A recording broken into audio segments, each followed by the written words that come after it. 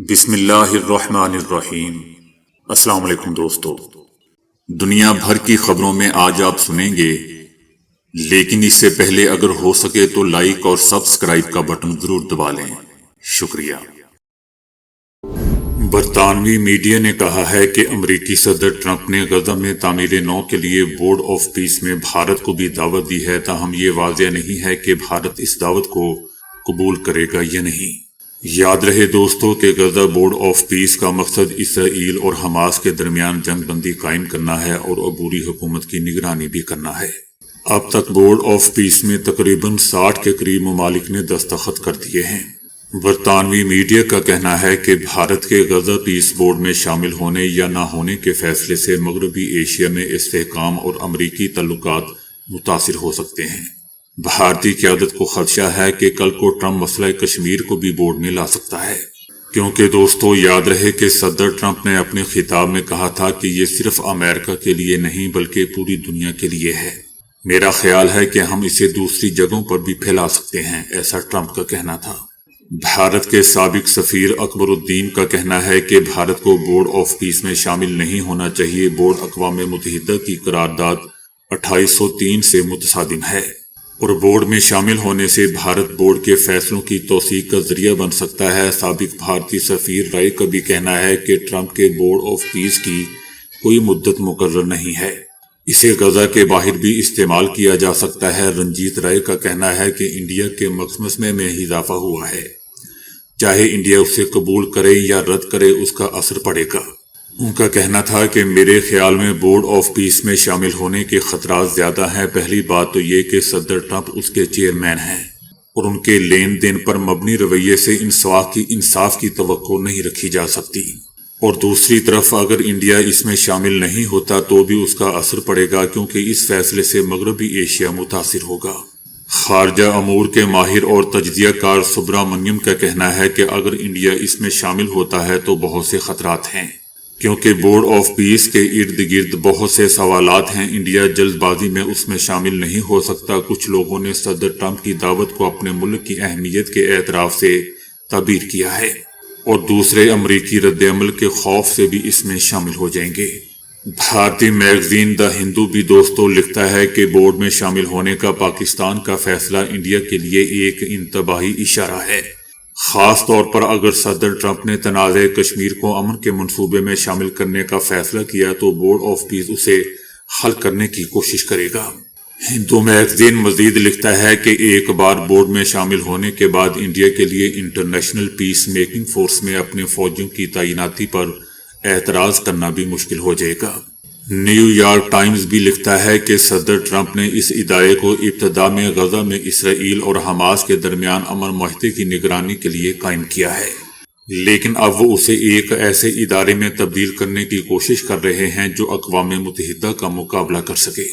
Indian تجزیہ کاروں کا یہ بھی کہنا ہے کہ ایک تشویش یہ بھی ہے کہ بورڈ آف پیس صرف ایک قطبی دنیا کو مضبوط کرے گا، یعنی ایک ایسا نظام جس پر امریکہ کا غلبہ ہو۔ دوسری طرف انڈیا ایک دنیا کی وکالت کرتا ہے جہاں اس کا اپنا موقف ہے، بجائے اس کے کہ وہ امریکہ کی ایک دم بن کر رہ جائے۔ انڈیا کے وزیر اعظم نریندر مودی نے کہا ہے کہ جس طرح ہم سالگرہ مناتے ہیں اور ایک دوسرے کو مبارکباد دیتے ہیں، ویسے ہی جب کوئی نوجوان پہلی بار ووٹر بنے تو اسے پورے محلے، گاؤں یا شہر کو مل کر اسے مبارکباد دینا چاہیے اور مٹھائیاں بانٹنی چاہیے۔ اس سے ووٹنگ کے بارے میں بیداری بڑھے گی اور اس احساس کو تقویت ملے گی کہ ووٹر بننا کتنا ضروری ہے۔ وزیر اعظم نریندر مودی کا مزید کہنا تھا کہ AI، space, nuclear energy, semi conductors, green hydrogen, bio technology, آپ جو بھی نام لیجئے، آپ کو اس شعبے میں کام کرنے والا ایک بھارتی سٹارٹ اپ ملے گا، چاہے دوستو عوام بھوکے ہی کیوں نہ مریں، البتہ سٹارٹ اپ ضرور ملے گا۔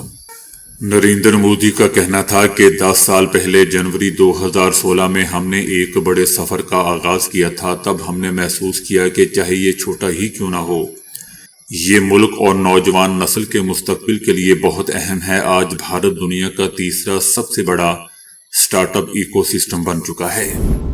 جرمن میڈیا کا کہنا ہے کہ ایک حالیہ سروے سے ظاہر ہوا ہے کہ 60% سے زیادہ جرمن امریکی صدر ٹرمپ کو اپنے ملک کے لیے خطرہ سمجھتے ہیں۔ ایک حالیہ سروے سے پتہ چلا ہے کہ 61% جرمن امریکی صدر ٹرمپ کو اتحادی نہیں بلکہ اپنے ملک کے لیے خطرہ سمجھتے ہیں۔ ان میں سے 52% نے رائے شماری میں کہا کہ جرمن کو صدر ٹرمپ کی انتظامیہ کے ساتھ تعلقات میں سخت رویہ اختیار کرنا چاہیے۔ جیسا کہ دوستو ہم جانتے ہیں کہ حالیہ دنوں میں گرین لینڈ کے حصول کے بارے میں صدر ٹرمپ کے بیانات یورپی ممالک اور امریکہ کے درمیان تناؤ کا باعث بنے ہیں، اور امریکی صدر ٹرمپ نے حال ہی میں گرین لینڈ کے جزیرے کی خود مختاری کی مخالفین پر ٹیرف لگانے کی بھی دھمکی دی تھی، جن میں Germany, Denmark, Norway, Sweden, Finland, Holland, France اور برطانیہ شامل تھے۔ جرمنی کے صدر نے عالمی رہنماؤں سے مطالبہ کیا ہے کہ وہ امریکہ کو عالمی نظام کو چوروں کے اڈے میں تبدیل کرنے سے روکیں، جہاں انتہائی غیر اخلاقی لوگ جو چاہیں لے لیں اور خطوں یا پورے ممالک کو چند عظیم طاقتوں کی ملکیت سمجھیں۔ امریکہ نے کہا ہے کہ چائنا اب وینزویلا کے تیل تک نہیں پہنچ سکتا، لیکن چائنا اب بھی روس اور ایران سے تیل حاصل کر رہا ہے۔ امریکہ کے صدر ٹرمپ نے دوستو اعلان کیا ہے کہ امریکہ نے وینزویلا کے تیل کے ٹینکروں سے متعلقہ تیل ضبط کر لیا ہے اور یہ تیل امریکی ریفائنریوں میں ریفائن کیا جائے گا۔ صدر ٹرمپ نے نیو یارک پوسٹ کے ساتھ ایک انٹرویو میں اس بات پر زور دیا کہ امریکہ ان شپمنٹس پر مکمل کنٹرول رکھتا ہے تاکہ واضح ہو کہ ان کے پاس کوئی تیل نہیں ہے۔ ہم تیل لے رہے ہیں۔ صدر ٹرمپ کا کہنا تھا کہ ایک تیل کا حصہ دیگر ریفائننگ مراکز میں پروسیس کیا جائے گا۔ دوستو یاد رہے کہ صدر ٹرمپ کی حکومت وینزویلا کے تیل کی چائنا کو فروخت کی اجازت دیتی ہے، لیکن نیکولس کی حکومت کی طرف سے طے کردہ رعایتوں کی اجازت نہیں دیتی ہے۔ امریکہ نے یہ بھی اعلان کیا ہے کہ چائنا اب وینزویلا کے تیل تک نہیں پہنچ سکتا، لیکن وہ اب بھی روس اور ایران سے تیل خرید رہا ہے۔ امریکہ نے یہ بھی کہا ہے کہ امریکہ وینزویلا کے تیل کو $45 فی بیرل کی قیمت پر فروخت کرنے کے لیے تیار ہے۔ صدر ٹرمپ نے دوستو اس سے پہلے اعلان کیا تھا کہ وینزویلا کی عبوری حکومت 30 سے 50 ملین بیرل تیل امریکہ کو سونپے گی، اور یہ تیل مارکیٹ کی قیمتوں پر فروخت کیا جائے گا، جس سے وینزویلا کے عوام اور امریکہ کو فائدہ پہنچے گا۔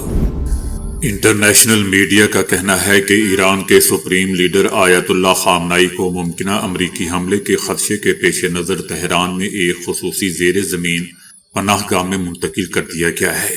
یہ مقام ایک مضبوط کمپلیکس ہے جس میں ایک دوسرے سے جڑی ہوئی سرنگیں بھی شامل ہیں۔ لیکن دوستو دوسری طرف اس فیک نیوز پر ایرانی حکومت نے سرکاری طور پر ان رپورٹس کی تردید کر دی ہے۔ ایران کا اس فیک نیوز پر کہنا ہے کہ ایران کسی بھی غیر ملکی طاقت سے خوفزدہ نہیں ہے۔ امریکی جنگی جہاز بردار بحری بیڑے کی مشرق وسطی تعیناتی کے پیش نظر ایرانی آرمی کے چیف جنرل محمد پاکپور نے امریکہ اور اسرائیل کو سخت وارننگ دی ہے کہ کسی بھی قسم کی مہم جوئی اور جارحیت سے باز رہیں۔ ان کا کہنا تھا کہ ایران کی فوج اب پہلے سے کہیں زیادہ تیار بیٹھی ہے، نگاہیں ہدف اور انگلیاں ٹریگر پر ہیں۔ فرانس کی بحریہ نے بحر روم میں روس پر عائد پابندیوں کی مبینہ خلاف ورزی کے شبے میں ایک آئل ٹینکر کو روکنے کے بعد اس کے کپتان کو حراست میں لے لیا۔ ٹینکر کے 58 سالہ بھارتی کپتان کو اتوار کے روز تفتیش کے لیے عدالتی حکام کے حوالے کر دیا گیا۔ فرانسیسی حکومت کا کہنا ہے کہ تحقیقات کا مقصد یہ جانچنا ہے کہ ٹینکر پر لہرایا جانے والا جھنڈا اور جہاز رانی سے متعلق دستاویزات درست اور قانونی ہے یا نہیں۔ جہاز کا تمام عملہ جو تمام بھارتی شہری ہیں تاحال ٹینکر پر ہی موجود ہیں۔ فرانسیسی حکومت کا کہنا ہے کہ شبہ ہے کہ یہ روسی شیڈو فلیٹ کا حصہ ہے جو یوکرین جنگ کے باعث روس پر لگائی گئی پابندیوں سے بچنے کے لیے استعمال کی جا رہی ہے۔ یاد رہے دوستو کہ یورپی ممالک کا کہنا ہے کہ روس پابندیوں سے بچنے کے لیے 400 سے زائد جہازوں پر مشتمل ایک خفیہ فلیٹ استعمال کر رہا ہے۔ فرانس اور دیگر ممالک نے اس نیٹ ورک کے خلاف سخت کارروائیوں کا اعلان کر رکھا ہے۔ امریکہ کی ایموری یونیورسٹی نے ایرانی سپریم نیشنل سیکیورٹی کونسل کے سیکرٹری علی لاریجانی کی بیٹی فاطمہ لاریجانی کو ملازمت سے برطرف کر دیا ہے۔ دوستو پہلی بات تو یہ ہے کہ ایرانی سپریم نیشنل سیکیورٹی کونسل کے سیکرٹری علی لاریجانی کی بیٹی فاطمہ وہاں جاب ہی کیوں کر رہی تھی؟ اسے تو اپنے ملک ایران میں ہونا چاہیے۔ بہرحال فاطمہ لاریجانی یونیورسٹی میں اسسٹنٹ پروفیسر کے طور پر خدمات انجام دے رہی تھی اور وہ میڈیکل انکولوجی کے مضامین پڑھا رہی تھی۔ یونیورسٹی نے دوستو اس فیصلے کی وجوہات سے متعلق مزید تفصیلات فراہم نہیں کی، سوائے اس کے کہ فاطمہ لاریجانی اب ادارے کی ملازم نہیں ہے۔ یاد رہے دوستو کہ چند دن پہلے امریکی ایوان نمائندگان کی طرف سے یونیورسٹی انتظامیہ کو ایک خط ارسال کیا گیا تھا جس میں فاطمہ لاریجانی کو ملازمت سے برطرف کرنے اور ان کا میڈیکل لائسنس منسوخ کرنے کا مطالبہ کیا گیا تھا۔ اس پیش رفت کے بعد یونیورسٹی کی جانب سے یہ اقدام سامنے آیا ہے۔ بتایا جا رہا ہے کہ افغانستان میں طالبان حکومت کی پالیسیوں کے باعث بنیادی انسانی حقوق کی صورتحال مزید دوستوں خراب ہوتی جا رہی ہے، جہاں عوام خوف، دباؤ اور عدم و تحفظ کا شکار ہو چکے ہیں۔ افغانستان کے مبصرین کا بھی کہنا ہے کہ طالبان انتظامیہ نے اقتدار برقرار رکھنے کے لیے سخت اور جابرانہ اقدامات کو معمول بنا لیا ہے۔ افغان میگزین ہشت صبح کی رپورٹس میں بھی بتایا گیا ہے کہ طالبان حکومت کے بڑھتے ہوئے تشدد اور دباؤ کے باعث عوام میں شدید تشویش پائی جا رہی ہے۔ رپورٹ میں بتایا گیا ہے کہ ٹیکسی گاڑیوں میں خواتین کو لے جانے پر غیر اعلانیہ پابندیاں عائد ہیں، جس کے باعث ڈرائیور طالبان کے خوف سے خواتین کو سفر کی سہولت دینے سے انکار کر رہے ہیں۔ اسی طرح سرکاری ملازمین کو مختلف الزامات اور ہیلے بہانوں کے تحت بلا جواز گرفتار کیے جانے کے واقعات میں اضافہ ہوا ہے۔ میگزین کا کہنا ہے کہ طالبان کی وزارت صحت کے زیر اہتمام ایک گریجویشن تقریب کے دوران میڈیکل طلبہ کو مبینہ طور پر تضحیک کا نشانہ بھی بنایا گیا۔ میگزین دوستوں مزید لکھتا ہے کہ طالبان حکومت نے نام نہاد علاقائی پاسپورٹ فارمز کے ذریعے عوام سے بار بار ذاتی معلومات حاصل کی ہیں، جسے ماہرین نفسیاتی دباؤ اور مسلسل نگرانی کا ذریعہ قرار دے رہے ہیں۔ ماہرین کا کہنا ہے کہ خواتین کے نقل و حرکت پر پابندیاں، ملازمین کی بلا جواز گرفتاریاں اور مستقل نگرانی نے افغان معاشرے میں ذہنی دباؤ کو شدید کر دیا ہے، جس کے اثرات ایک پوری نسل پر مرتب ہو رہے ہیں۔ انسانی حقوق کے حلقوں کا بھی کہنا ہے کہ موجودہ پالیسیاں افغانستان کو ایک سنگین انسانی بحران کی جانب دھکیل چکی ہیں۔ بھارت میں 26 جنوری کو یوم جمہوریہ کے طور پر دوستوں منایا جاتا ہے، تاہم مقبوضہ وادی میں یہی دن ہر سال یوم سیاہ کے طور پر منایا جاتا ہے۔ کشمیری عوام اس دن کو اس آئینی نظام کی یاد دہانی کے طور پر دیکھتے ہیں جو 26 جنوری 1950 کو ان پر نافذ کیا گیا تھا۔ کشمیریوں کا موقف ہے کہ اقوام متحدہ کی قراردادوں کے مطابق انہیں اپنے مستقبل کا فیصلہ خود کرنے کا حق حاصل تھا، تاہم بھارتی آئین کا اطلاق اس اصول کے برعکس کیا گیا۔ اسی پس منظر میں ہر سال 26 جنوری کو مقبوضہ وادی میں دوستوں مکمل شٹر ڈاؤن اور پرامن احتجاج دیکھنے میں آتا ہے۔ یہ شٹر ڈاؤن دوستوں خوف یا کمزوری کی علامت نہیں ہے، بلکہ طاقت کے زور پر نافذ حکمرانی کو جمہوریت تسلیم نہ کرنے کا اظہار ہے۔ یوم سیاہ کے موقع پر سخت سیکیورٹی انتظامات اور گرفتاریوں کو اس بات کی علامت قرار دیا جا رہا ہے کہ انتظامیہ کو عوامی حمایت حاصل نہیں ہو رہی۔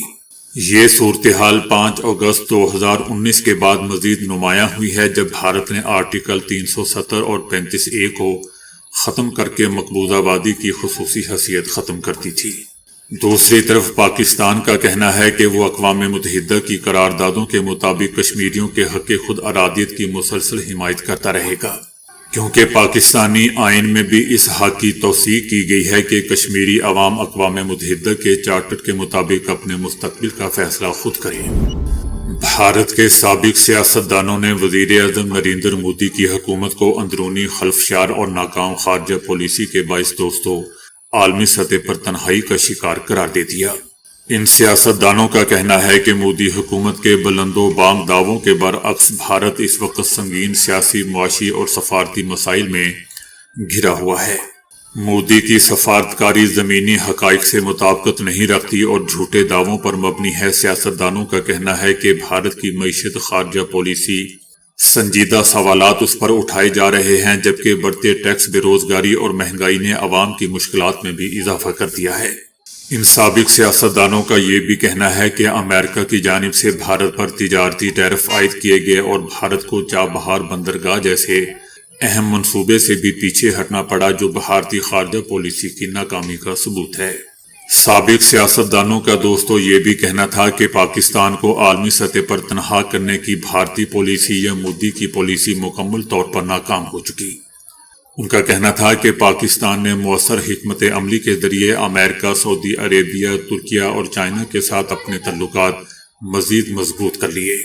سابق سیاستدانوں نے دعویٰ کیا کہ اسلامی ممالک کے درمیان ابھرتا ہوا اتحاد بھارت کے لیے ایک نیا چیلنج بن چکا ہے، اور اگر مستقبل میں کوئی تنازعہ یا پاکستان سے کوئی جنگ ہوئی تو بھارت کو صرف پاکستان نہیں بلکہ ایک وسیع اتحاد کا سامنا بھی کرنا پڑے گا۔